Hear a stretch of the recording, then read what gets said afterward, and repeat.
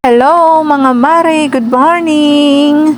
So for today's video mga mare, gagawa tayo ng tupi. Special kakanin yan ng mga Ilocano mga mare.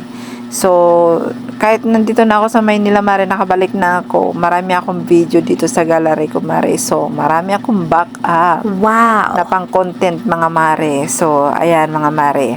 For today's video, mare, gagawa tayo ng tupig. So, ayan mga mare. Kumuha muna kami ng dahon ng saging. Maraming proseso ang paggawa ng tupig mga mare. Kala nyo, saglit lang at madali lang gawin yung tupig na yan.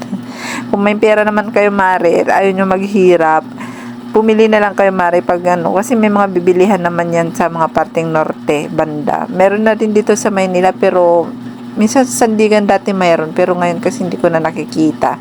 So, ayan mga mare, na pag-isipan namin ng mga pinsan ko dyan sa Nueva Ecija na gumawa kami ng meriendang tupig. So, nung araw ng undas yan mga mare, ayan mga mare, tulong-tulong kami. Alam mo ba yung mare, nung kumuha kami ng daon ng saging, yung dami langgam doon, pinapak yung yung paa ko. Hindi naman ako sweet at char.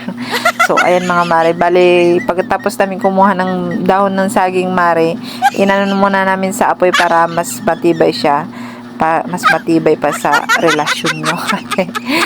Inano, mare, dinarang ba yun? Yung inano sa apoy para maging, hindi siya mapunit-punit, madaling mapunit.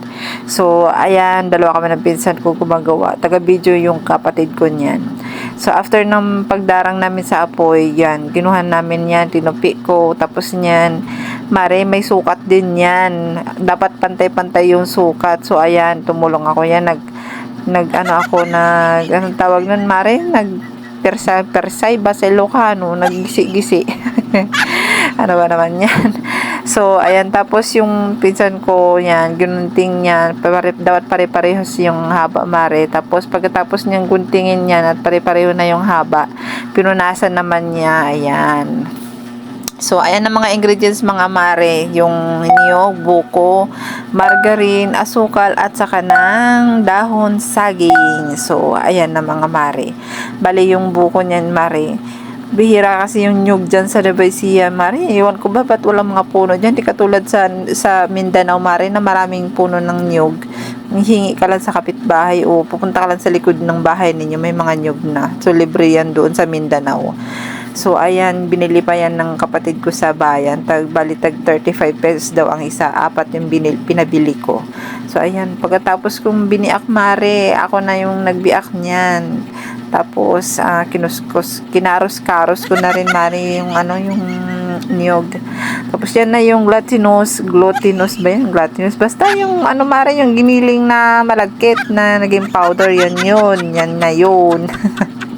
Tapos, yung binasa, dapat tansyahin nyo yung tubig mare kasi baka mamaya masyado naman siyang basa.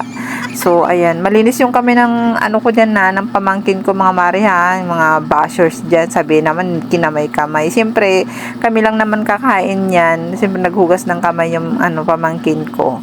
So, ayan, expert yan sila sa paggawa ng tupig mga mare. Yan, pinsan ko at saka yung pamangkin ko. Kasi sa Mindanao, kasi yan yung negosyo nila sa Mindanao, paggawa ng tupig.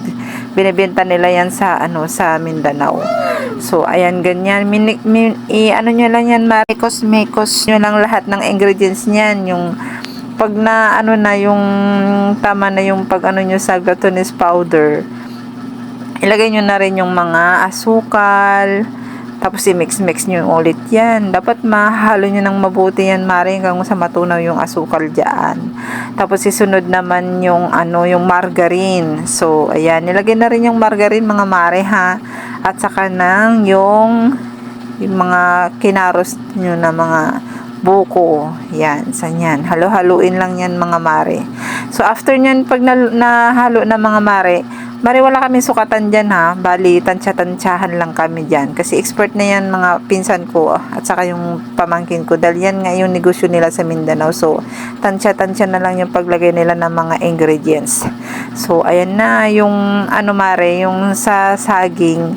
Para hindi dumikit yung tupig mare pag naluto, punasan nyo muna ng ng oil.